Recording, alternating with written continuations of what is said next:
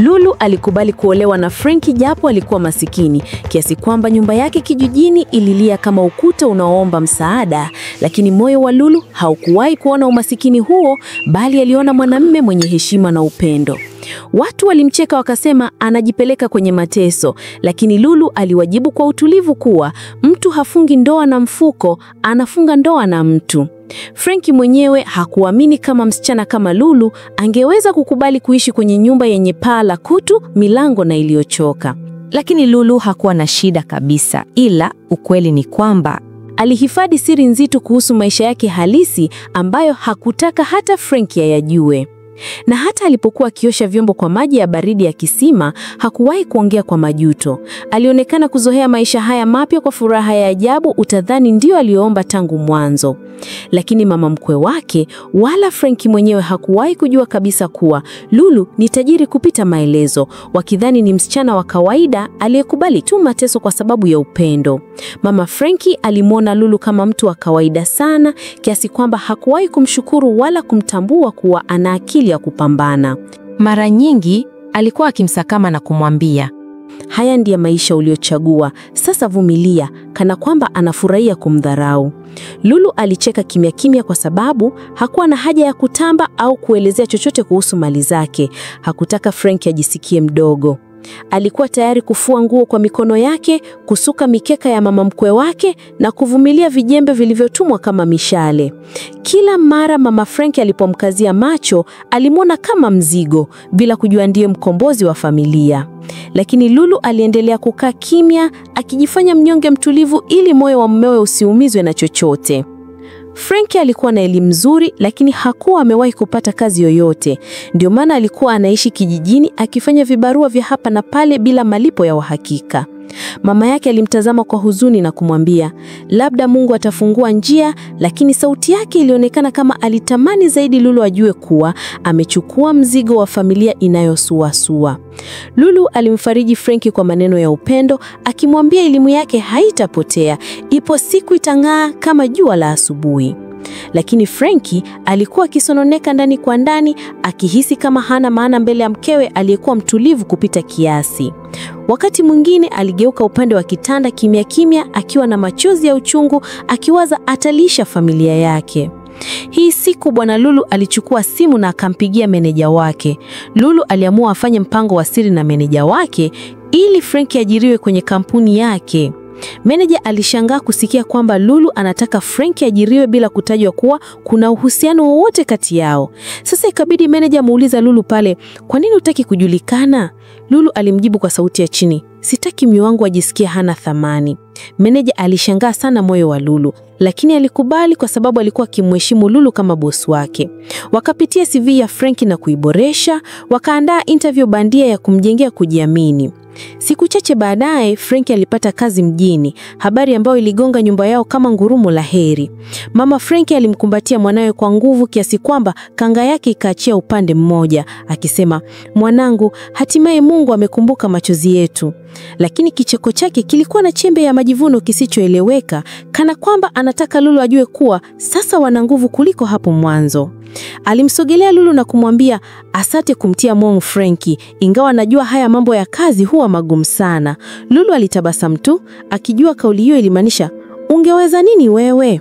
Frankie alifurahi pita kiasi, hakutilia shaka chochote. Alimwangalia Lulu kwa mashangao na kumwambia, umeniombea sana mke wangu, nashukuru. Lulu alijificha machozi ya furaha na kujipa moyo kuwa siku moja ukweli utajulikana bila yeye kusema. Baada ya wiki moja, Frankie alijiandaa kwenda mjini kuanza kazi, na alimwahidi mkewe kwa macho ya upendo kwamba akipata makazi mazuri atamchukua haraka aende kuishi naye. Lulu alisikiliza kwa upendo, lakini ndani ya moyo wake aliumia kwa woga wa kuachana naye hata kwa muda mfupi. Mama Frankie aliingilia kwa sauti ya kiburi akasema, ukifika huko usijisahau, maisha ya mjini huwa magumu sana. Frankie akampa ahadi nyingine kwamba familia yao haitawahi kusambaratika. Kweli, Frankie alipofika mjini alianza kujijenga kidogo, akifanya kazi kwa bidii ili ajenge jina lake. Alipata heshima kwa wafanyakazi wenzake kwa sababu alikuwa mnyenyekevu sana, asiyependa mabishano, tofauti kabisa na kelele za mjini. Kila mshahara aliopewa alimkumbuka mama yake na mkewe bila kuchelewa. Aliwatumia pesa ya matumizi kila mwezi bila kukosa hata siku moja, na hii ilifanya mama yake amtazamie kama mkombozi mpya wa familia. Mama Frankie mara nyingi aliwaambia majirani, "Mwanangu sasa yuko mjini, Mungu anatenda." Ilhali hakutaja mchango wa Lulu hata mara moja. Lulu alipokea pesa hizo kimya kimya, akimpa Frankie maneno ya kutia moyo makubwa kuliko pesa yenyewe. Frankie aliamini ana mke bora kuliko Bahati. Baada ya miezi 6, Frankie alisimama imara zaidi kazini. Akaamua wakati umefika wa kumchukua mkewe mjini ili waishi pamoja kama wanandoa waliojenga misingi ya upendo. Lulu alipopokea simu hiyo, aliruka kwa furaha kama mtoto akipewa zawadi ya kwanza maishani. Alijua muda wa kuondoka kijijini ulikuwa umefika na moyo wake ulijaa tumaini jipya. Mama Frankie hakufurahishwa sana, akasema kwa kejeli, "Mji sio rahisi kama unavyofikiri Lulu. Usije ukamletea mwanangu usumbufu." Lulu alitabasamu kimya moyo akamjibu, "Sawa mama, nitatulia." Alipofika mjini, Frankie alimshika mkono wake kama mfalme anayempeleka malkia wake kwenye ufalme mpya. Lulu aliangalia nyumba yao nzuri, akahisi yupo kwenye dunia nyingine. Frankie mara kwa mara alikuwa akimpigia mama yake simu na kumwambia, "Mama, nikipata kipato zaidi, mwanao lazima nikujengee nyumba tena.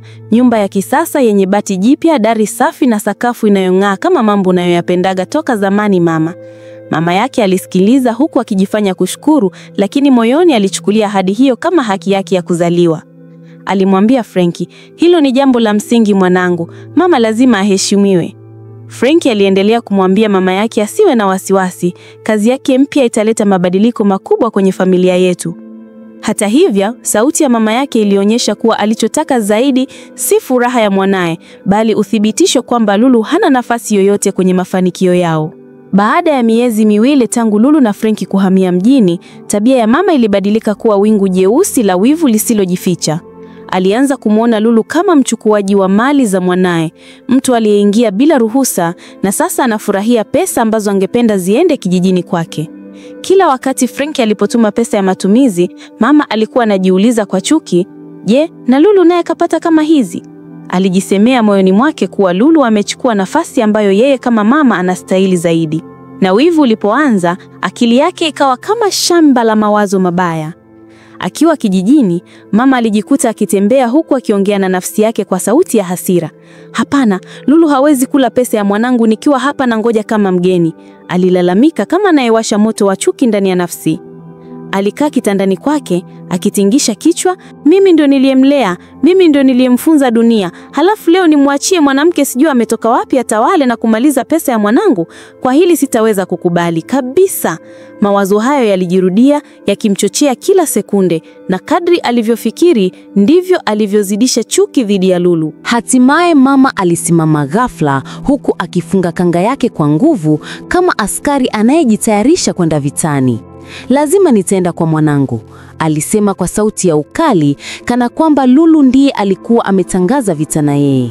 Hakutaka hata kusubiri Frankie amwalike. Roho yake ilikuwa imejaa wivu uliomfanya ashindwe hata kula vizuri. Alihakikisha amepanga safari kinyemela bila kumwambia mtu yoyote.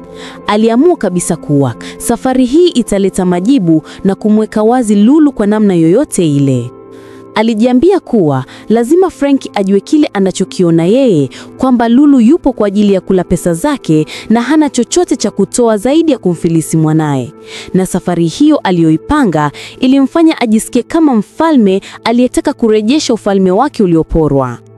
Hii siku mama alimpigia simu Frankie, akamwambia kwa sauti laini isiyoendana na hasira aliyokuwa nayo, "Mwanangu, naomba unielekeze mnapoishi mjini," alisema, akijifanya mwenye heshima.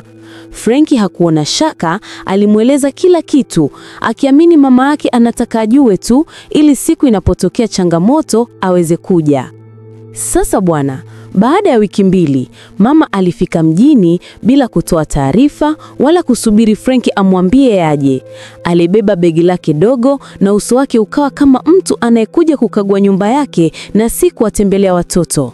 Safari hiyo haikuwa ya furaha, bali ya kuleta chuki kwenye familia. Alipofika mjini, mama aligonga hodi kwa nguvu kiasi kwamba Lulu alishituka kana kwamba nyumba yao inaungua. Lulu alienda kufungua mlango, alishangaa kumwona mama na akasema, "Karibu mama." Lakini kabla hata Lulu hajamaliza neno lake, mama alimtazama kwa macho ya juu chini kama mwanamke aliyemuibia. "Haya, nimefika," mama alisema kwa sauti ya ukali sana. Lulu aliyezoea kusema sentensi 2-3 za ukarimu alijikuta akinyamaza kwa sababu mama hakuitikia kwa utu hata kidogo. Kizuri hakikuonekana usoni mwake, hata chembe ya furaha haikuwepo, na Lulu akahisi siku hii haikuja na heri. Lulu alijaribu tena kumsalimia tena, akijaribu kuweka kila kitu kiwe sawa, lakini mama alijibu kwa maneno makali yaliyomkata moyo kama kisu kilichochongoka. "Hata heshima ya kunikaribisha nayo huijui vizuri. Hivi umefunzwa kweli wewe?" Lulu alinyamaza, kichwa chake kikishuka taratibu huku akihisi machozi yakipanda. Mama alitupa begi lake kwenye kiti bila kujali na akasema hivi, "Frank yuko wapi? Nataka kuongea na mwanangu, sio wewe." Maneno hayo yalipenya rohoni mwa Lulu kama moto, yakimwacha akitetemeka kimya kimya. Mama hakujali hata kama Lulu alikuwa amejitahidi kutengeneza mazingira mazuri ya kupokea mgeni. Kwa mama, Lulu hakuwa mke bali mzigo. Siku hiyo Lulu akiwa jikoni akipika chakula cha jioni, mama aliingia kwa kasi kana kwamba anavunja mlango. Alimwangalia Lulu kama mtu anayemchukia kwa sababu isiyoelezeka. Akasema kwa sauti ya dharau ya juu, "Wewe hupo hapa kwa mwanangu, huna faida yoyote hata kidogo." Lulu alisimama kimya huku akishika kijiko kama mtu aliyegandishwa. Mama aliendelea, "Bora hata ungekuwa na mtoto wa kumzalia mwanangu, lakini huna chochote. Kazi yako ni kutumia pesa za mwanangu tu. Huna faida hata toni." Maneno hayo yalikuwa makali kiasi kwamba hata sufuria ilionekana kutikisika kwa hasira iliyotoka kwa mama. Lulu alitaka kujitetea, lakini moyo wake ulisema, huu sio wakati sahihi. Lulu aliondoka jikoni taratibu bila hata kusema neno moja, akienda chumbani huku akijizuia kulia mbele ya mama yake Frankie. Alipofunga mlango, machozi yalipasuka kama maji yaliyokuwa akisubiri mlango ufunguliwe. Lulu hakutaka kabisa kusema ukweli kuhusu maisha yake au utajiri wake kwa sababu hakutaka mumewe apoteze amani. Alibeba maumivu yake yote moyoni, aking'ang'ana kuamini kwamba upendo ndio dawa ya chuki ya mama mkwe wake. Alikaa kitandani akiwa amekamata shuka kama mtoto anayekimbilia usalama wake mwenyewe. Katika ukimya wa chumba, alijipa moyo akisema, "Nitavumilia tu, si kwa sababu sina nguvu, bali kwa sababu nampenda Frankie." Maisha ya Lulu yakawa magumu sana tangu mama kuja kuishi nao, kwani kila dakika ilikuwa mzigo mpya, pigo jipya na kilio kingine alichotakiwa kukificha. Alichoka kuishi kama mgeni ndani ya nyumba yake mwenyewe, lakini hakumwambia Frankie kwa sababu moyo wake haukutaka kumuumiza. Frankie alianza kuona mabadiliko makubwa kwa Lulu, tofauti na furaha aliyokuwa nayo kabla ya mama yake kuwasili. Usiku mmoja Frankie alimwangalia Lulu kwa muda mrefu na kumuuliza kwa upole, "Mche wangu, kwa nini siku hizi hupigi tena kelele zako za furaha?" Lulu alitabasamu kwa udhaifu na kusema tu, "Nipo sawa mume wangu." Lakini macho ya Frankie yaliona siri nzito aliyokuwa akihifadhi, na moyo wa Lulu ukaendelea kupigana vita kimya kimya. Hii siku Lulu alitoa maagizo ya siri kabisa kazini kwamba Frankie apandishwe cheo na awe bosi wa kitengo na mshahara wake uwe mara 2 zaidi. Meneja aliitii maagizo ya bosi wake na ndani ya siku chache Frankie alipandishwa cheo rasmi. Hii siku Frankie alirudi nyumbani akiwa na furaha ambayo haikuwahi kuonekana usoni mwake. Alimkuta mama yake amekaa sebuleni huku akiwa anaangalia TV, akamwambia mama yake kwa mbwembwe, "Mama, kazi imefunguka, nimepandishwa cheo." Mama alipiga makofi ya furaha kana kwamba ndoto zake za kuwa mama wa bosi zimetimia, lakini hakujua hata chembe kwamba Lulu ndiye aliyebeba siri ya mafanikio hayo. Frankie alimshukuru mke wake kwa kumwombea na Lulu akatabasamu tu kimya, akificha siri ya Frankie kuwa bosi. Kiufupi, cheo hicho kilibadilisha maisha yao kwa kasi ya radi. Hawakutembea tena kwenye barabara za kushuka moyo wala kufanya hesabu ya kila shilingi. Hii siku Frankie alivua wasiwasi wote, akaamua kumnunulia mke wake zawadi ya gari zuri kama ishara ya shukurani na upendo. Aliporudi kutoka kazini na kuingia getini, alikuwa na gari jipya jeupe linong'aa chini ya jua la jioni. Lulu alishindwa hata kuongea alipoona zawadi ile, ukimtazama kwa macho yaliyojaa upendo. Lakini mama alipoona Lulu akipewa gari nje, alitoka ndani kwa hasira kama moto wa gesi. Akapiga kelele, "Hapana Frankie, hapana kabisa. Unachezea hela zako kumnunulia huyu mwanamke gari. Huyu yupo hapa kumaliza pesa zako na si kukuongezea." Lulu alisimama kimya. Frankie akachanganyikiwa kwa aibu na hasira ambayo haikuanza leo. Frankie alikasirika sana kuliko ilivyowahi kutokea, kwa sababu hakuelewa kwa nini mama yake hakuwa tayari kukubali kwamba Lulu ni sehemu ya maisha yake. "Mama, hili gari ni zawadi ya mke wangu. Pesa ni mimi nimetoa na hakuna anayemaliza pesa zangu hapa." Alifoka bila kujizuia. Mama alimkodolea macho kwa mshangao, kana kwamba hakuwahi kuona upande huu wa Frankie. "Kwa hiyo unanifokea mimi kwa ajili ya mwanamke huyu?" Mama aliuliza kwa sauti ya kuuma. Frankie akajibu kwa ukali, "Mama, heshima yako ipo, lakini siwezi kuvumilia unavyomuumiza Lulu." Mama alitupa hanga yake kwa hasira, akaingia ndani huku akigonga mlango kana kwamba amefukuzwa. Lulu alisimama pembeni huku akilia kwa uchungu sana, akijiuliza maswali yasiyokwa na majibu. Lakini Frankie alimfariji na kumwomba msamaha kwa kitendo ambacho mama yake alikionyesha. Siku zilivyopita, mama Frankie alizidi kumfanyia Lulu matukio ya ajabu. Kila siku ikawa kama mchezo mpya wa kumtesa. Alimfuata Lulu kila sehemu, akimsema, akimdharau, akimtupia maneno ya chuki bila hata kificho. Wakati mwingine Lulu alikuwa akijitia kufanya kazi nyingi kwenye nyumba ili asipewe nafasi ya kusikika vibaya, lakini mama aliendelea tu. Aliharibu chakula cha Lulu, alitoa vijembe mezani, na mara nyingine alimwambia Frankie kuwa Lulu hafai hata kuandaa chai. Lulu aliendelea kuwa mpole na mwenye busara, lakini mama aliendelea kumchochea Frankie kwa maneno makali. Kila siku nyumba ilionekana kuwa uwanja wa vita ya kimya ambayo mashujaa wake hawakuvaa silaha, bali machozi na wivu. Siku moja Lulu alijipamba vizuri sana, akavaa gauni lake jeupe na lipstick ya kupendeza, akijiandaa kwenda sokoni. Alitoka nje na kufungua mlango wa gari, akiwa anataka kupanda tu, mama alitokea ghafla. Shuka kwenye gari la mwanangu." Mama alifoka, "Huna hadhi ya kupanda gari kama hili wewe. Wewe hadhi yako ni kutembea kwa miguu tu na si kupanda kwenye gari hili."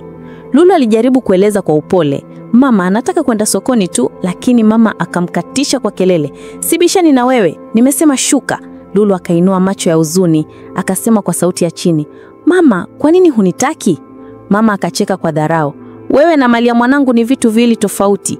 Na Lulu akashuka kimya huku moyo wake ukivunjika vipande. Ikabidi aingie ndani tu na kuhairisha safari yake. Mama alirudi ndani akiwa na hasira inayochemka usoni. Akahisi kitendo cha kutomzuia Lulu hakikutosha. Akaenda kwenye chumba cha Frankie kwa nguvu, akachukua pochi yake na akaja nayo sebuleni.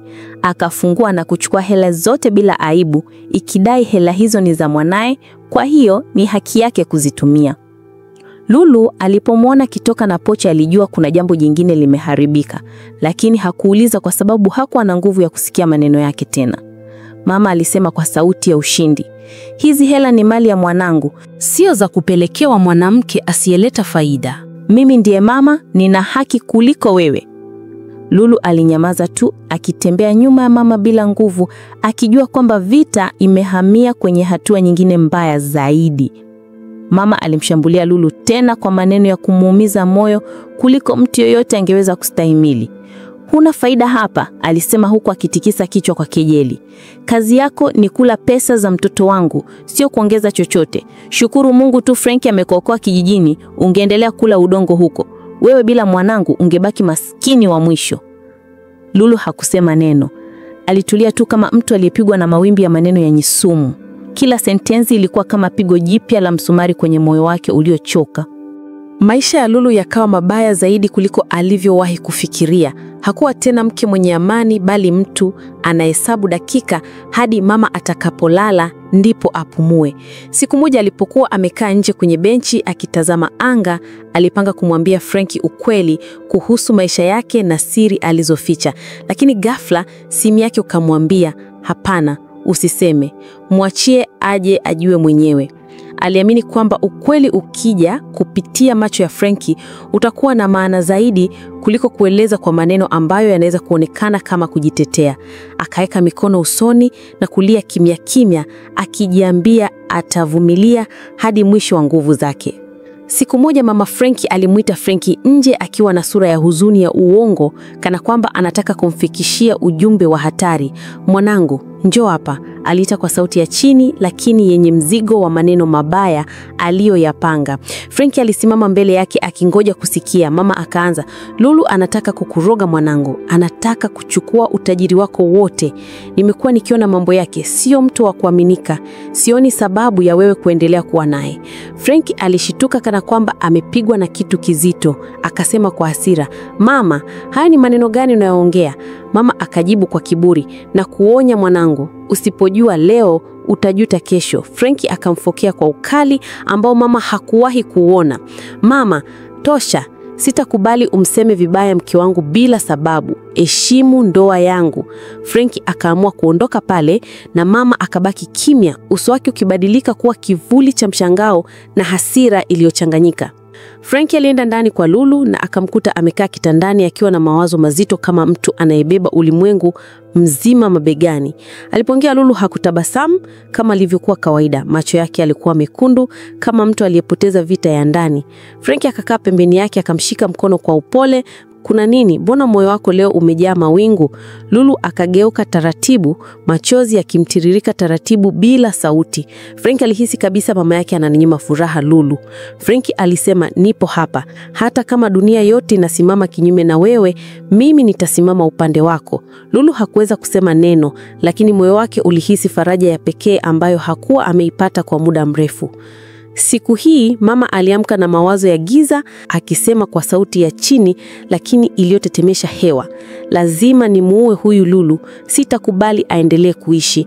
Alitembea kwenye nyumba kama kivuli, macho yake yakiwa mekundu kwa chuki iliyofikia kiwango cha laana. Hii siku aliingia jikoni na alipika chakula huku akihema kama mtu anayefanya dhambi ya mwisho kabla hajafa, na baadaye akachukua sumu aliyoficha kwenye karatasi na akaweka kwenye sahani ya Lulu. Alipoenda chumbani kwa Lulu aliita kwa upole hujawahi kutokea, Lulu mwanangu, njoo ule chakula, nimekupikia. Lulu alishangaa kwa sababu mama hakuwa mtu wa upole, lakini hakutaka kuonyesha wasiwasi, lakini hakujua kuwa kifo chake kilikuwa mezani kikisubiri muda wa midomo yake kugusa kijiko. Lulu alipokaa mezani akavuta kiti chake pole pole, akachukua kijiko na kutazama chakula kwa macho ya kawaida bila kujua kwa mmo ndani kulikuwa na hukumu ya roho yake. Alikaribia ili aanze kula, lakini kabla kijiko hakijaingia mdomoni, simu yake ililia kwa nguvu kana kwamba Mungu mwenyewe aliamua kuingilia kati kwa dakika ya mwisho. Ilikuwa ni meneja wa kazini kwao akipumua kwa haraka, Lulu, tafadhali fika ofisini mara moja, kuna wawekezaji wanakuja tu kutoka China, unahitajika haraka sana, yani sasa hivi. Hawa watu wanataka kuonana na boss kabisa na sio mtu mwingine. Lulu alishtuka akasimama ghafla, akasema kwa heshima, mama, kuna emergency, kuna sehemu natakiwa kwenda sasa hivi, yani nitakula nikirudi. Mama akatazama chakula kimya kimya na macho ya kushindwa kuficha kukasirika, akijua mpango wake umezimwa ghafla kama mshumaa kwenye upepo. Akasema, sasa si ule kwanza? Wewe, emergency gani hiyo?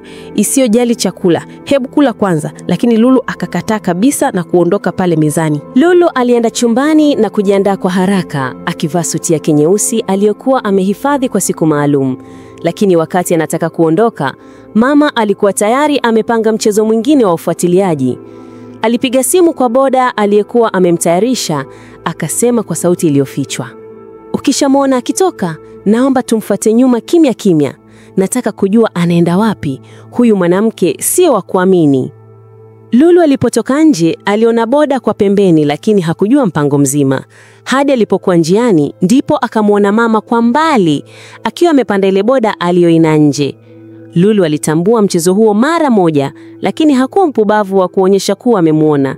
Alitembea tu kwa utulivu, akisema moyoni, leo kweli wote utafunguka na kila mtu atajua. Lulu alifika ofisini akiwa na moyo uliojaa shaka na nguvu kwa wakati mmoja, akijua kabisa Mama Frankie anamfuatilia kila hatua yake. Alipofika kwenye mlango wa kampuni, mama akajificha upande wa gari la jirani, macho yake yakikodoa kama mtu anayemwona mchawi usiku wa giza. Lulu aliingia ndani kwa utulivu wake wa kawaida. Wafanyakazi wakamwangalia kwa heshima ya juu kama kawaida, wakimuita Madam Lulu kwa upole wa kipekee. Mama aliyekuwa nje aliona kila mtu akimsogelea Lulu kwa adabu, na wivu ukapanda ndani yake kama moto uliowashwa kwa mafuta. Aliingia mpaka ndani taratibu, akijifanya mgeni wa kawaida, akishangaa kila mtu anavyoonekana kumheshimu Lulu kupita maelezo. Alipata maswali, kwani Lulu ni nani haswa? Huku akilini akiwa kama amechanganyikiwa. Lulu aliingia ndani kwenye ukumbi wa mkutano, huku akiwa anasubiri wafanyakazi wote waje sehemu ya mapokezi ili waweze kuwatambulisha wageni wake kutoka China. Huku mama akiwa anamfuatilia kwa kujificha sana. Na Lulu aliwasalimia wageni kwa Kiingereza safi, kilichomfanya mama ainame kidogo kwa mshangao, akisema kimoyomoyo, huyu Lulu gani tena? Meneja alitoka mbele ya wafanyakazi wote akapaza sauti, tafadhali, kila ofisi ifunge kazi. Wote mje reception ili mkaribishe wawekezaji wetu wapya kutoka China. Mama alibaki pembeni akishangaa kama mtu aliyepoteza njia msituni. Kila mfanyakazi alikusanyika, wakisimama kwa mstari huku wakimsifu Lulu kwa maneno mazito ya heshima. Wakati huo huo, Frankie alitoka ofisini kwake, akiwa amevaa suti yake ya kazi. Akamwona mama yake kwa mbali kidogo. Alifurahi sana, akafikiri leo amekuja kumtembelea. Alisogea mahali mama yake alipokuwepo, alimfuata na kumuuliza, mama, mbona upo hapa? Mama alishtuka Frankie alipomwongelesha. Alikuwa kama amepigwa na sintofahamu, lakini kabla hajaendelea kuwasalimia, meneja alisimama mbele ya wafanyakazi wote na kusema kwa sauti iliyojaza ukumbi, leo tumetembelewa na kampuni kutoka China. Wamevutiwa na biashara zetu na wanataka kuwekeza. Lakini kabla ya kuendelea, naomba nimuite boss aje pamoja na wageni ili aseme neno. Sasa wakiwa nasubiri boss aje, mfanyakazi mmoja aliambiwa kamuite boss Lulu ofisi ya mkutano alipokuwa akiongea na wageni. Basi baada ya dakika chache, Lulu alifika pale reception akiwa na wageni, huku akijua kwamba ukweli wote leo utabainika. Frankie na mama yake walipomwona Lulu wakageuka mara moja kama wamepigwa na radi. Lulu aliongea kwa ujasiri kama malkia aliyezaliwa kuongoza. Frankie hakuamini macho yake kama Lulu mwenyewe ndio boss wa hii kampuni. Lakini Frankie akiwa anashangaa, mama alitoa kelele kali. Haiwezekani. Haiwezekani kabisa. Huyu Lulu sio boss, ni maskini sana. Anawezaje kusimama hapo? Huyu hana chochote, hana lolote. Huyu ni binti wa kijijini tu. Lulu alitulia. Hakusema hata neno moja. Meneja akasimama kwa nguvu ajitete. Akasema, mama, hapa ndipo ukweli wote unapokaa. Lulu ndiye mmiliki wa hisa kubwa kwenye kampuni hii. Yeye ndiye aliyempa Frankie kazi. Yeye ndiye aliyepanga apandishwe cheo. Yeye ndiye aliyeokoa maisha ya familia hii isizame kwenye umaskini. Mama alianguka chini kwenye sakafu kana kwamba nguvu zake zote zimekatwa kwa panga la aibu. Akalia na kuanguka kifudifudi, akisema kwa kilio cha uchungu, nilimchukia bure. Kumbe ndiye aliyetuinua. Nilimdhulumu bila kufahamu. Lulu mwanangu, nisamee. Ulitupenda na ukutuchukia. Wafanyakazi wote wakabaki wakimshangaa, kila mtu akitazama hasira za Mungu zilivyomgeukia mama Frankie. Wakati huo Lulu alimfuata mama mkwe wake. Alipotaka kuongea tu, Frankie alimwangalia na kwa hasira akasema, kwa nini umenificha siri hii na hukutaka kabisa kuniambia? Lulu alijibu na kumwambia, sikutaka kitu chochote kile kijulikane kwa sababu ninawapenda wewe na mama yako. Lulu akamwambia Frankie, mimi na wewe tutamalizana nyumbani. Hapo hapo akamwangalia mama Frankie aliyekuwa amekaa chini akilia kwa sauti sana. Alimwambia, ulinichukia na ukahisi ninakula hela za mwanao. Haya, labda nikuulize swali, kati ya mwanao na mimi, nani anakula hela za mwenzie? Mama alikosa majibu. Alikuwa akiona aibu sana. Aliomba msamaha, hata akamwambia, nilitaka kujaribu kwa kukuua kwa sumu kwenye chakula nilichokuandalia mchana. Sikujua kama ndo ningekuwa najimaliza mwenyewe. Lulu alishangaa kwa mshangao sana, akasema, kumbe ulitaka na kuniua ni nini? Mimi nilikukosea nini? Mama alikosa majibu. Lulu alilia kwa hasira sana. Aliwachukua wageni wake wa China na kuondoka zake na kwenda sehemu nyingine kufanyia mkutano. Alimwacha mumewe akiwa anashangaa sana, manake hakuwahi kujua kama mkewe ndo mmiliki wa kampuni, na mama Frankie akiwa pale chini akilia kwa aibu sana. Na huo ndo unakuwa mwisho kabisa wa stori yetu. Tafadhali tuandikie maoni yako hapo kwenye comments. Tuambie, ungekuwa wewe ni Lulu, ungemfanyaje mama mkwe wako baada ya mateso yote hayo uliyopitia? Na pia unaweza kutuambia ni changamoto gani unaikumba kwa mama mkwe wako, ili wengine tujifunze kupitia wewe. Tuandikie hapo maoni yako. Usisahau kusubscribe katika channel hii, na pia usisahau kulike pamoja na kushare story hii. Tukutane tena next time. Bye bye.